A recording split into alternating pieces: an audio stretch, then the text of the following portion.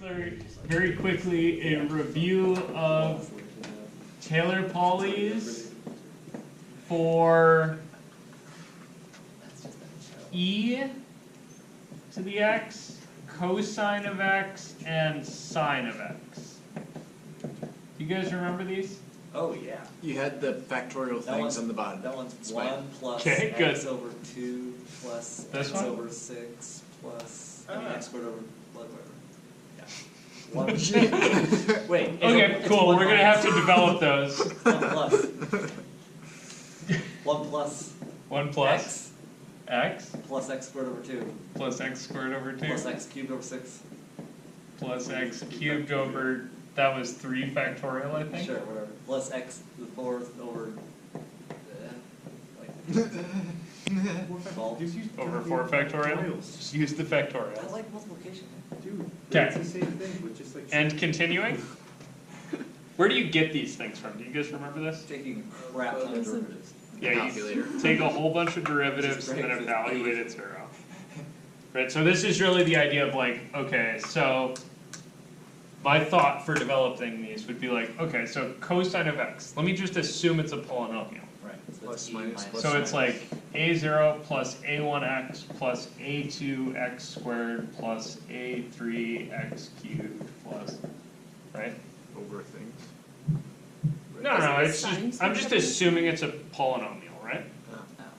And then I'm like, okay, so if I evaluate cosine at 0, that would be the same as evaluating my polynomial at 0. But if I evaluate this polynomial at 0, that piece is 0, and that piece is 0, and that piece is 0, all the rest of these are 0. So A not has to be pi. So A1 has to be 1. Because cosine at 0 is 1. And then you're like, okay, so then if I differentiate both sides, I'd get minus sine of x should be a1x plus 2, oh wait, a1x. If you differentiate this, A1. 1. just a1, right? It's like Plus 2a2x plus 3a3x squared plus some stuff. At 0. And then you evaluate this at 0. And minus sine at 0 is 0. 0. And this side is a1 plus 0 plus 0 plus 0. Oh, is this the one where it like oscillates between the negatives and, the odds? It's e to the x minus sine. So that one's 0. Right? should brought my calculator. And then if you do this again, the derivative of minus sine is Minus cosine. minus cosine. And that's going to be, Minus. see, a1 differentiates to 0, because a1 actually was 0. And 2a2 differentiates, or sorry, 2a2x differentiates to 2a2. And then I have a 3 times 2a3x plus a 4 times 3a4x squared, and kind of so on. Then I evaluate this at 0, 0. and I get 0. negative 1 is 2a2 plus 0 plus 0 plus 0. So I got negative 1 is 2a2. Yep. So a2 is minus a half. And So- the other one's going to be 6. 1/6. Minus 1 x squared over 2. And then the next one's going to be a derivative of minus cosine is Negatives, positive sign. positive sine. You see that? And then I'm going to have some stuff, right? So I'm going to have sine of x is 3 times 2a3 plus 4 times 3 times 2a4x plus 6. Is it valid to multiply the top negative sign by negative 1? the top negative sign. Negative sine x equals a1 plus 2a2, whatever. I mean, sine x also equals 3 times 2 times 8, 3. Is that also possible? Could equate the Oh, two. yeah, because I'm evaluating these at the derivatives. So it's not. Remember, it's an infinite sequence, so weird Right. stuff can happen. But here, if I evaluated x is 0, right? 0 I get 0 equals is 6. 6a3 tells me a3 is going to be 0, and then 0 and 0 and 0, right? Sure.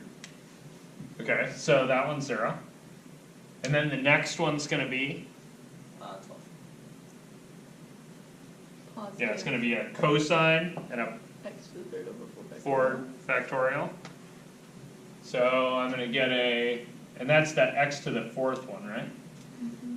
So far here I had 1 minus x squared over 2 factorial.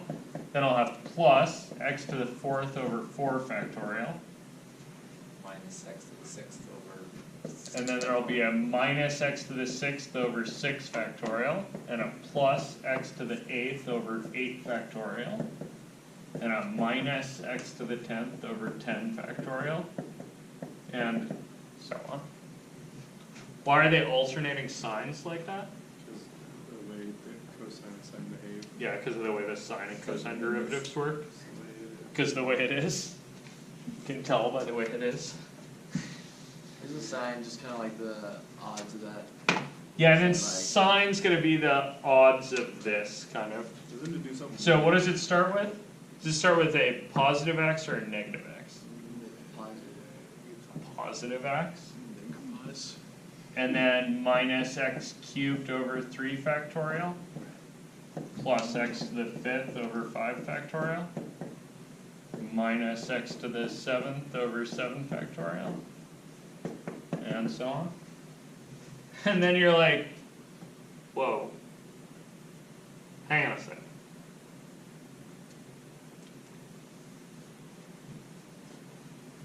One plus x, x squared over 2 factorial, x cubed over 3 factorial, x to the 4th over 4 factorial, x to the 5th over 5 factorial, 6th, 7th, 8th. Guessing 9.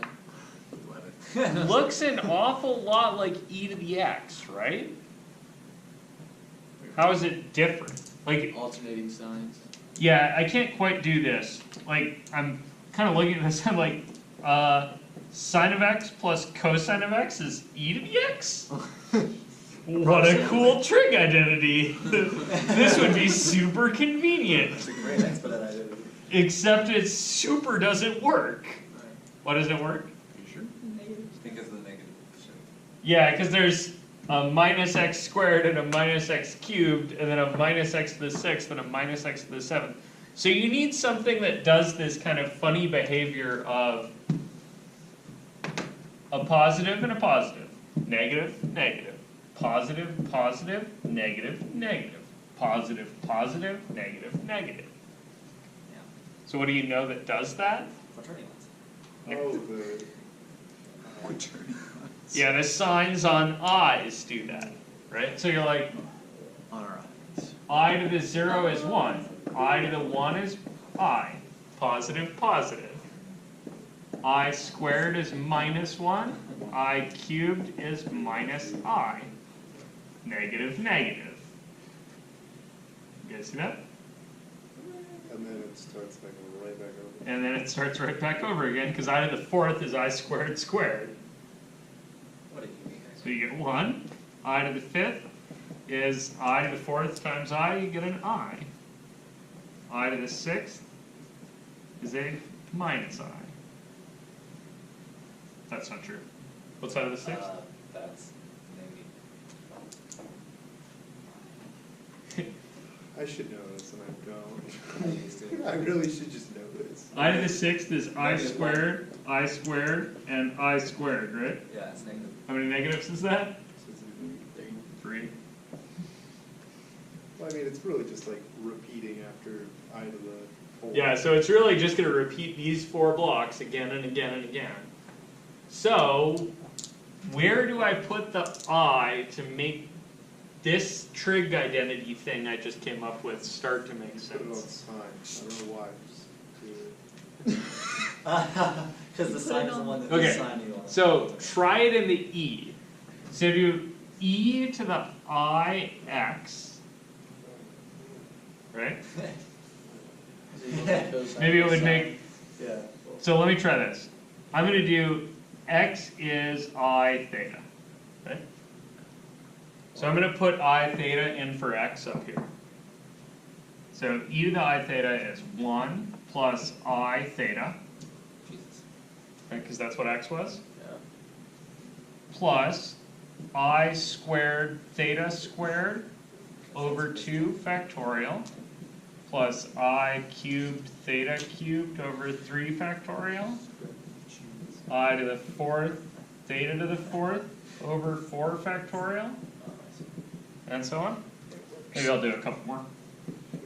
I to the 5th theta to the 5th over 5 factorial, and I to the 6th theta to the 6th over 6 factorial.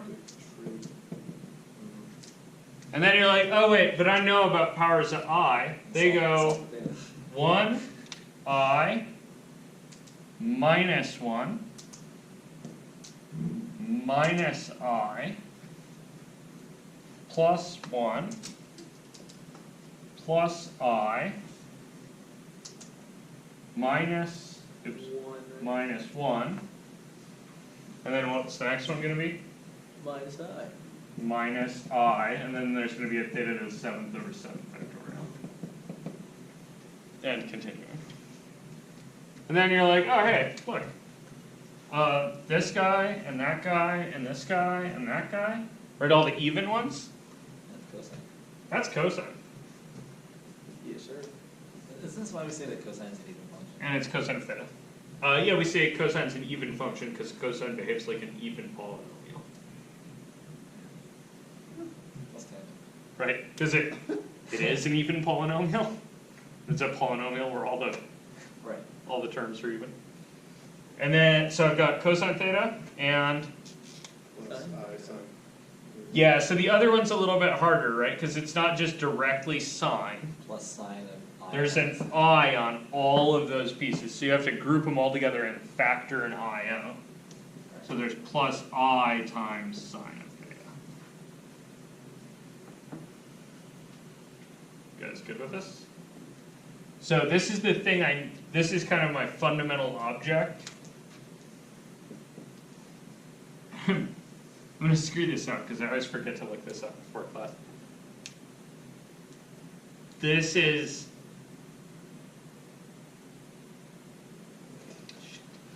there's Euler's formula and Euler's identity, Euler's identity is. and this is one or the other of them. That's And the other thing is e to the minus I pi is -1, or e to the I pi is -1. That's Euler's identity. I don't know, one or the other. Do you guys see this from this? Well, I mean, you could. Because that's not a formula. If you plug in a pi, Formulas have variables in them. right? So if you plug in a pi, you get cosine of pi plus I sine pi. Sine of pi is 0, cosine of pi is -1. I is a variable, so like, no. Yeah, dude, solve the problem. Now, can we actually Okay. say that this is true, or we just guess so because the behavior is n terms approaches infinity, looks like it's probably close enough? Oh, this is true.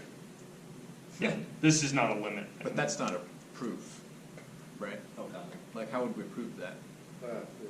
Like 13 manuscripts and like a year. So the first thing you would go out and do is show that, well, first you'd need a word for this, where a function actually is its Taylor series. Okay. Oh, nice. Identically is Taylor or something like Yeah, where the Taylor series actually converges uniformly.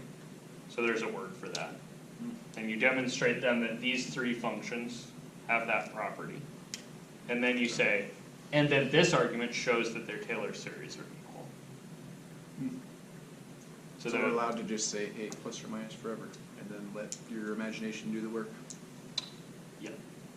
That's odd. Okay. Really what you're running is, this would maybe make more sense if I wrote out the series notation. So the series notation for the e to the x is that it's the sum of x to the n over n factorial from n is 0 to infinity. And you need to probably note someplace in the margin that 0 factorial is 1. Define it. Yes, we define it to be. And then if you write this guy out, this is the sum from n is 0 to infinity of minus 1 to the n x to the 2n plus, oops, sorry, 2n over 2n factorial. And this guy is a similar thing with 2n plus 1.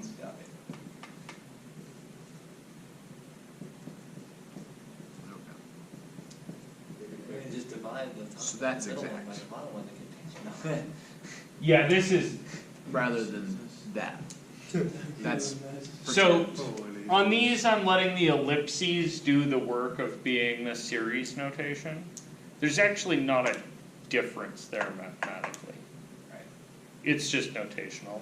Somehow this notation feels a lot more comfortable, but it's really in this, like the magic is really in this equal sign right here. Like that's the thing that's doing the magic. So these are what are called entire functions.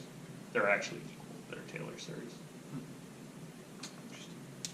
So, Euler's one or the other. Formula, and that's the identity of that. Formula, identity, good. Is it possible to derive Euler's identity with Fourier series instead of Taylor series?